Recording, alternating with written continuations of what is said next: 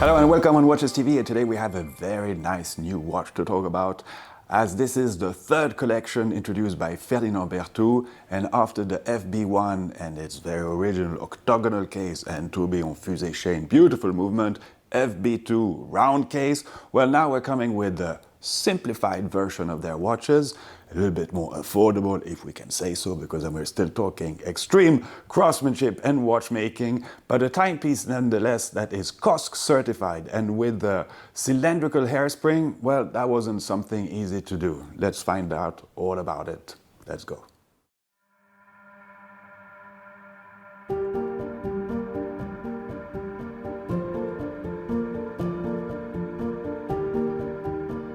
The FB3 is meant to be obviously pure Berthoud and meant to be a little more affordable, but not less interesting.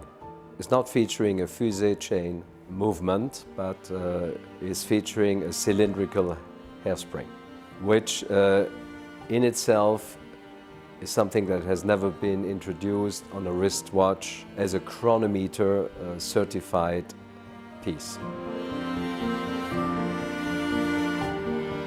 The inspiration for this smaller FB3, and that was another reason why we introduced another movement, comes from this piece that actually was made already under the guidance of his nephew Louis Berthoud, as well as the inside, which also features a cylindrical hairspring.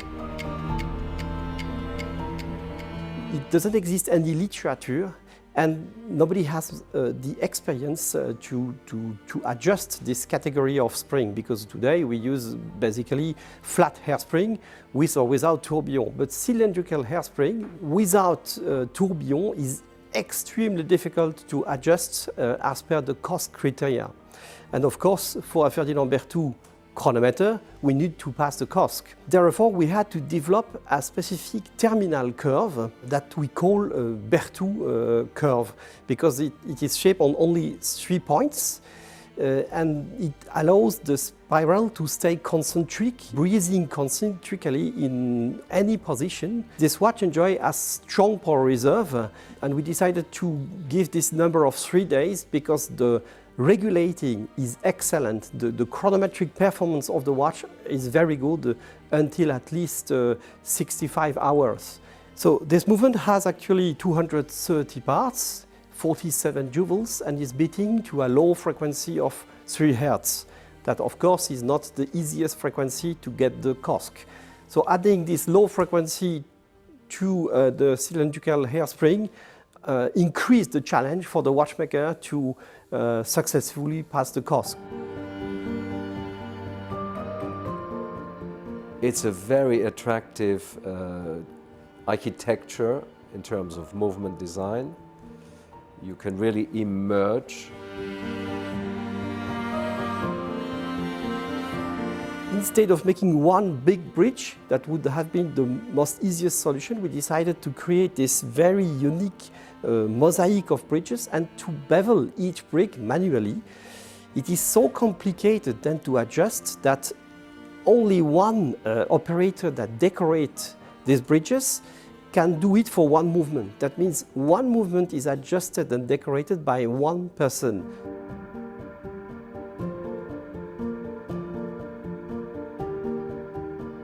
On travaille vraiment traditionnellement, donc lime, cabron, et après chacun ses petites techniques de finition. Donc on va faire du polissage au buis, aux bois de gentiane, avec des pâtes que nous faisons un petit peu nous-mêmes, pour pouvoir améliorer justement cet éclat.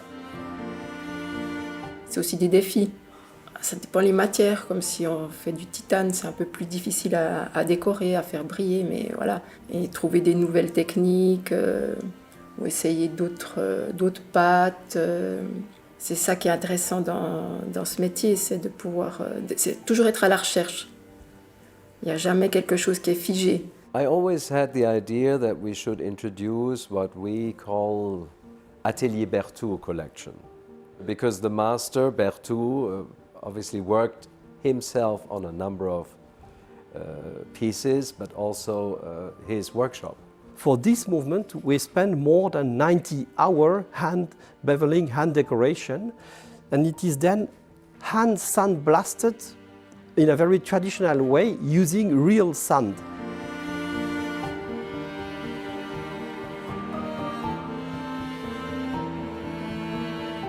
The bezel also has a very specific construction. As you can see, they are rounded exactly like the pocket watches made by Louis Berthoud in the early 18th century.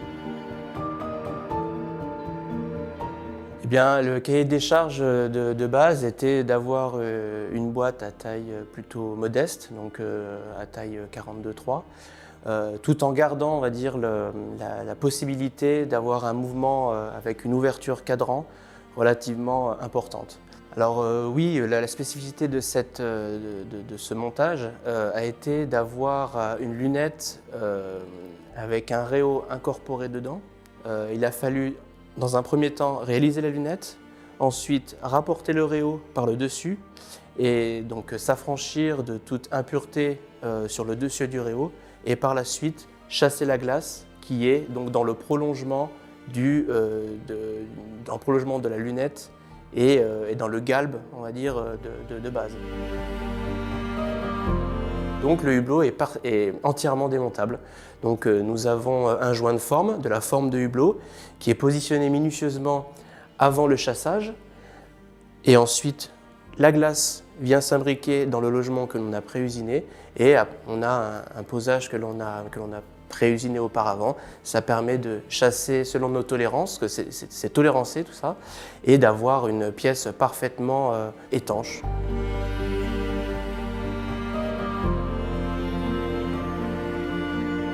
La particularité donc du système de fixation des cornes sur le modèle FB3, c'est ces 4 cornes entièrement indépendantes, chose que l'on n'avait pas sur la collection FB1 et FB2. Et de ce fait-là, on est allé chercher, on va dire, au niveau de nos techniques de fixation pour être garant du montage correct.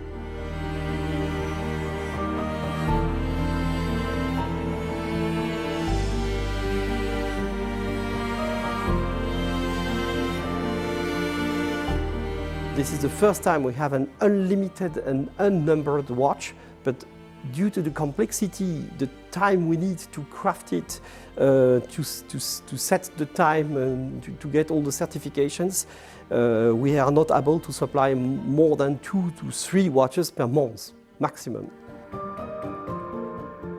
For the moment, there are 2 executions, one white gold, one rose gold, and 2 different dials. The result is stunning, and I can tell you the waiting list is long.